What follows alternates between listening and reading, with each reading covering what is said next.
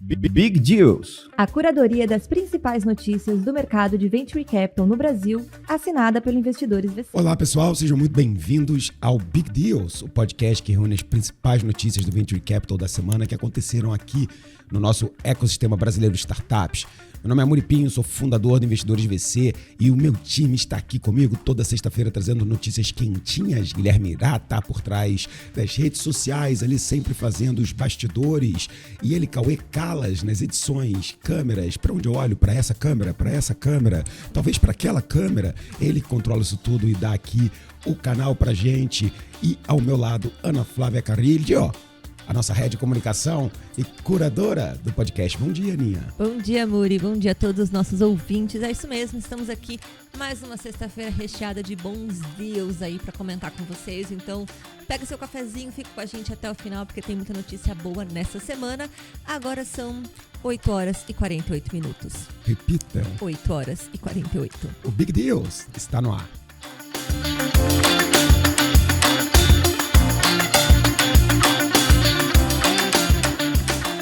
As notícias dessa semana falando de Foodtech, matéria do Startups, da jornalista Stephanie Tondo. Foodtech brasileira capta 350 mil euros com investidora belga.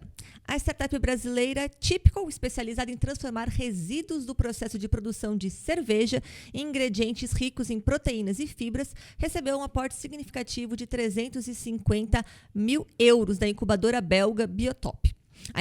Esse investimento será destinado para expandir as atividades da Typical na Europa, começando por uma nova fábrica em Ghent, na Bélgica. Além disso, os fundos serão usados para pesquisa e desenvolvimento, vendas e distribuição local. O modelo de negócios da Typical é inovador porque utiliza o micélio como base para seus produtos alimentícios. E agora, para um futuro próximo, a Typical planeja inaugurar sua operação fabril aqui no Brasil, em Curitiba, ainda esse ano, e buscar autorização da Anvisa para comercializar seus produtos no Brasil, enquanto já exporta para México, Chile e parte da Europa. Pois é, galera, transformar resíduo cervejeiro em insumo proteico, cara, usando micélio, eu nem sabia o que era micélio, tá? Mas fazendo isso com uma pegada hídrica 400 vezes menor, não é só um pitch bonito, tá? Isso aqui é ciência aplicada com tração, impacto ambiental e etc. E esse investimento, eles não só apenas validam um produto, mas eles validam essa pegada internacional da solução, né? Eles estão focando em entrar nesse centro, na minha opinião, da discussão global de saúde, de impacto e principalmente de conseguir levar uma inovação brasileira, assim. Interessante ver como que a startup vai performar, mas de olho também um pouquinho nessa questão regulatória, né, Aninha, no Brasil. Se a Anvisa libera e apoia esse tipo de coisa, a gente tem, de novo, mais uma bela construção brasileira nesse universo de bioquímicos e tal. Como foi há muitos anos atrás a criação do nosso álcool, né, que foi super importante para o desenvolvimento na época da nossa malha de trânsito, de combustível. É muito interessante ver o Brasil sendo potencial em biodiesel, sendo potencial em criação de proteína, em criação de energias alternativas. Muito legal ver essa matéria abrindo os nossos Big Deals dessa semana. E nós seguimos aqui de matéria de inteligência artificial, matéria da Pegni. Rebeca Silva é a jornalista. BotCity capta 65 milhões de reais para ajudar empresas em governança de inteligência artificial. BotCity, uma startup brasileira, captou 65 milhões em uma rodada Série A liderada pelo fundo norte-americano Four Rivers. Investidores notáveis como o Y Combinator e a Stella também participaram. A empresa pretendia levantar esse capital só em 2026, mas ela decidiu antecipar devido a essa demanda crescente aí por governança na era da inteligência artificial. Fizeram uma pivotada no modelo, mas conseguiram se adaptar. E melhor pivotar o modelo do que ficar travado no que era antes da inteligência artificial. O modelo de negócio da BotCity se baseia numa plataforma SaaS que permite empresas gerenciarem automações e assegurarem a integridade dos processos. Eles ajudam instituições financeiras, mas também ajudam vários outros setores. E desde o surgimento da AI generativa, a quantidade média de automações administráveis pela BotCity aumentou significativamente. Com esses novos fundos, eles planejam expandir sua operação global e lançar produtos inovadores para a segurança dessas automações, agora com AI. É legal você falando aí dessa pivotada, é isso, né? Tá sempre atento, não só ao modelo que você criou, aí preso aquilo, mas essas inovações do mercado, né? A BudCity, ela foi fundada em 2020, nasceu com essa proposta aí de facilitar os desenvolvedores. Em 2021, tá? Essa não é a primeira captação dela, gente. Em 21 ela captou 15 milhões de reais, então já tinha bastante dinheiro em caixa ali e captou com a Stella, SoftBank, Alexa Ventures, então assim, captou com os grandes ali e ela foi criada justamente nesse olho da digitalização, motivada pela pandemia. Os founders contam aqui que eles viram essa alta demanda dos processos, mas eles apostaram que as promessas das plataformas low-code não iam ser suficientes ali, que ainda ia precisar de pessoas, de equipe técnica para construir esses processos, então eles olharam para isso. E agora com AI mais ainda, né? Tipo, se o low-code eles já não estavam acreditando muito, veio o AI fazendo tudo automatizado, mas eles conseguiram ainda assim pivotar e continuar dentro do mercado. E o que a gente reforça bastante aqui, né, Aninha, é a velocidade que isso também está se transformando. A gente está com uma imersão chamada AIVC.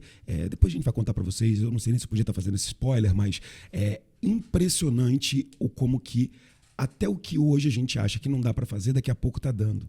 Então, o que há 6 meses a gente colocava como pauta para as nossas startups e para o nosso time, agora a gente está falando, gente, olha só, lembra aquilo que a gente falou que ainda não dava? Agora já dá. Já dá até mais, né? Já dá até mais. Então, o grande mindset agora é a gente entender qual é o próximo problema a ser resolvido e como que a gente resolve ele com as ferramentas que já existem, do no-code, low-code, etc. e tal. Cada vez mais elas vão virar super AI apps, Aninha. Então a gente não vai mais precisar usar todas as ferramentas do mundo, a gente vai ter aquelas ferramentas que vão resolver a maior parte dos nossos problemas. E a gente fala muito disso na nossa imersão prática AIVC. Daqui a pouco vocês vão saber mais sobre isso. Eu tô dando spoiler, nem podia, daqui a pouco a Aninha já tá me chutando aqui debaixo da cadeira, tá? Mas é isso, queria só comentar na velocidade aonde o que a gente acha, as automações, vai precisar de humano, AI ainda precisa da revisão. Galera, daqui a 6 meses a gente pode estar falando outra coisa, tá? E a gente tem que saber e entender sobre isso. Exatamente. E a gente continua agora nas notícias falando de EdTech, matéria do Startups, do Leandro Miguel Souza. L4 reforça a tese de segurança e lidera aporte de 50 milhões de reais na CAF. A startup CAF, especializada em soluções de identidade digital e inteligência antifraude, obteve uma rodada de investimento liderada pela L4 Venture Builder no valor de 50 milhões de reais. A empresa já havia recebido um aporte da Parallax Ventures em 2022.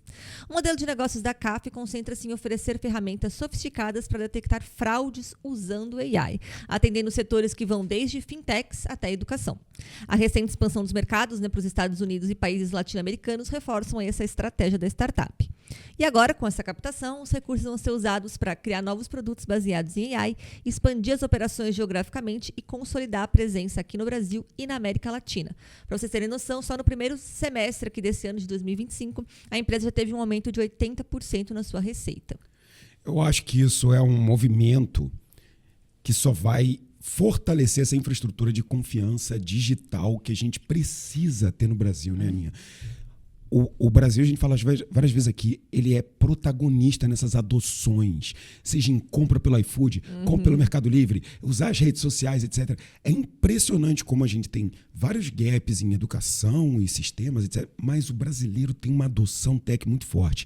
O que isso traz para a gente? Também os problemas que essa adoção com esse nível técnico, com esse nível, às vezes até de necessidade para o brasileiro, de cair em pegadinha, procurar atalhos, aí entra a parte chata, né, do conteúdo digital, que é essa persuasão meio negativa. E a gente entende, então, que isso se tornou um problema quando a gente vê a L4, que é um fundo da B3, liderando a rodada, mostrando como que isso está no radar do núcleo financeiro do país. Ou seja, o timing é certeiro, porque com a IA generativa a gente está tendo também, essa é uma parte interessante, também uma nova fronteira com os deepfakes, com os hackers, com as invasões. A AI que a gente pode usar para detectar fraudes também é AI que vai ser usada para atacar. Olha que loucura. Então, ao mesmo tempo, vai continuar sendo o jogo de gato e rato que todo hacker e anti-hacker sempre foi, só que agora potencializados com a AI ao lado deles. Então, excelente timing para a CAF e excelente sinalização da L4, mostrando como isso é importante aqui no ecossistema brasileiro de startups e financeiro do Brasil. E nós seguimos matéria de fintech do veículo startups.com.br, do Leandro Miguel Souza. Creditas prepara captação de 100 milhões e valuation cai para 3,3 bilhões de dólares. Você acredita, Aninha? Rapaz, a fintech brasileira Creditas está buscando captar no mínimo 100 milhões de dólares por meio de uma nova rodada de investimento em equity. A empresa já havia explorado outras formas de financiamento, fizeram alguns FDICs aí que a gente até pautou aqui no Big Deals, principalmente para o crédito automotivo. Levantaram também uns bonds ali nas DAX de Estocolmo. O valuation atual da Creditas foi ajustado para 3,3 bilhões. Gente, para vocês terem uma ideia, o valuation já foi 4,5 bi, tá? Então a gente está falando de uma redução de 5 bilhões de reais em valuation. Isso é uma notícia ruim? Isso dá clique, é importante a gente citar isso. Mas acho um movimento justo da Creditas.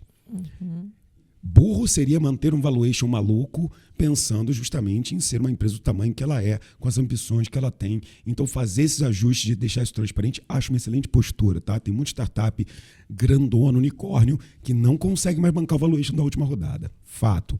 O valuation atual da Creditas, então, foi avaliado nesse valor e representa uma queda em relação aos valuations anteriores, que já chegou a 4,5 bilhões de dólares. Esse movimento acontece em meio a desafios no mercado global que tem impactado múltiplos financeiros da empresa.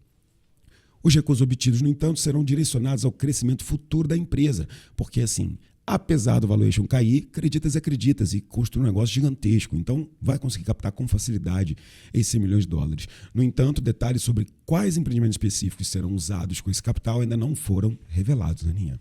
Acho que é justamente isso que você falou, né? Esse equilíbrio de crescimento e sustentabilidade financeira é importante, é um movimento estratégico e maduro, né? A gente tem muito essa tendência de achar que não, então está captando muito, ou como você falou do valuation, né? A gente sabe como jornalista o clickbait chama atenção ali, sempre essa matéria meio assustadora, mas a gente tem que entender contexto, entender mercado.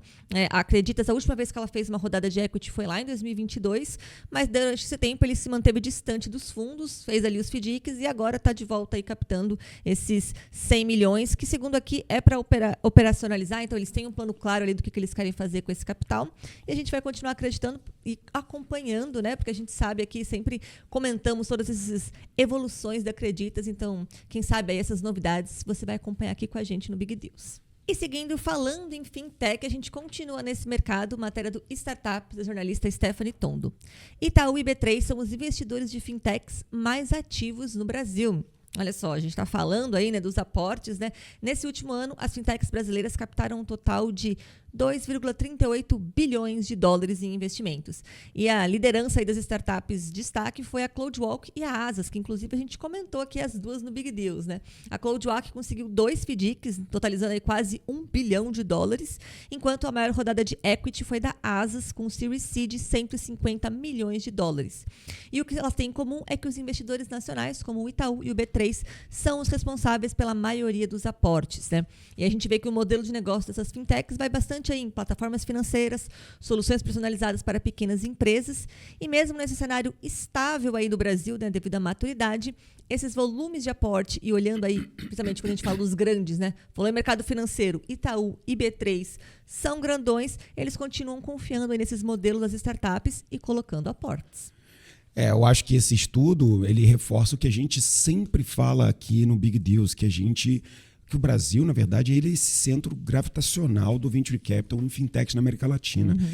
O nosso setor bancário, já falamos isso outras vezes também, sempre foi muito tecnológico, sempre foi observado pelos outros países, mesmo antes de startup ser startup, porque a gente trabalha com tecnologia há bastante tempo, a gente já tinha esses elogios quando a gente encontrava com os gringos. Não, aí vocês têm aplicativos, aí vocês têm um sistema de acesso com segurança e token. E lá fora, assim, se é nos Estados Unidos, eu já tive conta lá fora, era meio que assim, 10 anos atrás do que a gente usava aqui. Quando vieram as startups, qual foi o setor que imediatamente sentiu que podia se aproveitar disso? Justamente o setor bancário, o setor financeiro. Abraçou muito a fintech. Isso é positivo porque é um setor que, de fato, entrou no braço da inovação. Tá? Não tem mais banco careta, banco antigo, coisa feita no carimbo. Esses bancos viraram investidores startups, viraram compradores de tecnologia e isso realmente faz o Brasil ser esse super ecossistema, né, Aninha, de financeiro. para se construir muitas coisas. A gente tem um banco central com sandbox regulatório, a gente tem um Pix. Tem muita coisa a ser estudada financeira aqui no Brasil, isso é muito positivo. Agora, uma coisa que a gente vê aqui, enquanto lá fora a gente vê desafios, né, com late stage, AI puxando cada vez mais, a gente vê isso aqui no Brasil continuando muito forte com fintechs. Né? É quase como se o Brasil enfrentasse um pouquinho dos desafios, mas quem tem dinheiro ainda continua jogando. Eu vejo aqui o Itaú e a B3 liderando isso. Eu queria ver na matéria quais foram os investimentos para assim. Foram startups mesmo? Foram startup zonas? Ou foram esses FDICs de startups, que aí é o Itaú sendo bancão? Fiquei com essa vontade de saber quais foram os aportes, mas sei que tem aporte em startup sim, porque a gente deu muita matéria aqui que o Itaú participou de rodadas. Tá? Então, estou só fazendo aquele contraditório para a gente poder ter aqui uma dúvida para se pesquisar. Agora, muito interessante é a gente ver que, mesmo com menos rodadas, o volume de capital se manteve. Isso mostra que sim, estamos em um momento melhor relacionado ao que a gente já viveu de inverno das startups, capital, etc. Excelente notícia para a gente ver que esse potencial de capital está aqui, mas os investidores estão criteriosos, os empreendedores têm que se adaptar. E nós seguimos de matéria sobre Legal Tech do Brazil Journal, do jornalista Pedro Arbex. The Founders Fund, famoso do Peter Thiel, avalia a Enter em 2 bilhões de reais. A Enter é uma startup brasileira que utiliza inteligência artificial. Pois é, eu vou colocar uma inteligência artificial para sempre que eu falar de inteligência artificial, ela falar por mim, porque a gente repete toda hora. Para auxiliar grandes empresas nas suas defesas jurídicas, arrecadou 200 milhões em um valuation post-money de 2 bilhões de reais. Excelente valuation. Esse investimento foi liderado pela The Founders Fund, que marca a primeira incursão no segmento Legal Tech do fundo Peter Thiel. Olha só, Aninha, que já estava sem investir no Brasil há pelo menos uns 7, 8 anos. Isso. Tá? O modelo de negócio da Enter envolve a implementação de um agente de AI capaz de processar informações jurídicas e apresentar defesas formais prontas para a justiça. O seu produto principal é o Enter OS.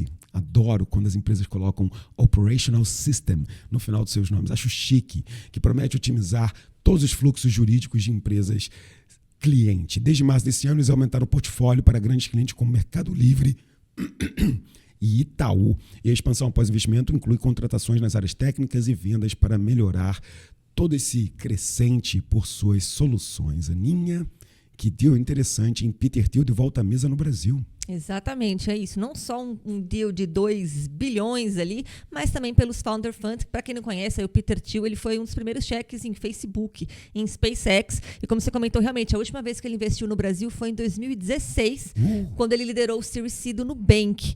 Então, e eles nunca tinham investido numa Legal Tech. E agora a Enter, essa startup brasileira, foi a primeira que eles apostaram nesse setor, que é a maior rodada numa startup nativa de AI aqui no Brasil. Eles ultrapassaram a captação da New Space em janeiro, que foi de cerca de 100 milhões de reais. Então agora a gente tem aí mais esse recorde aqui no ano. É legal a gente acompanhar que é isso. AI, mais uma vez, a gente também falando um pouquinho ali, né, apesar de ser uma defesa jurídica, mas também estou olhando essa parte de proteção de dados, agora com AI aqui.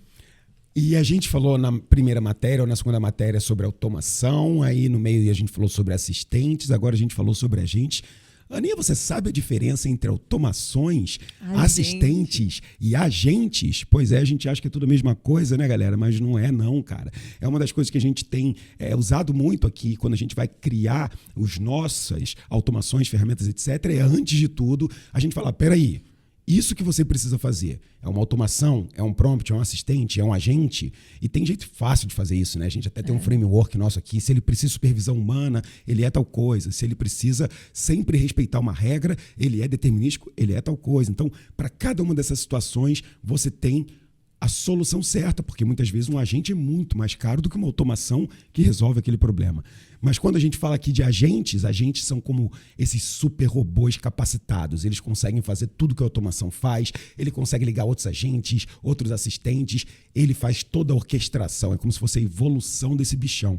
Muito disso a gente fala aqui no nosso Big Deals, mas você vai ouvir também nós aqui da Investidores VC falando muito sobre esse tema de inteligência artificial. Se fosse você, eu ficava ligado.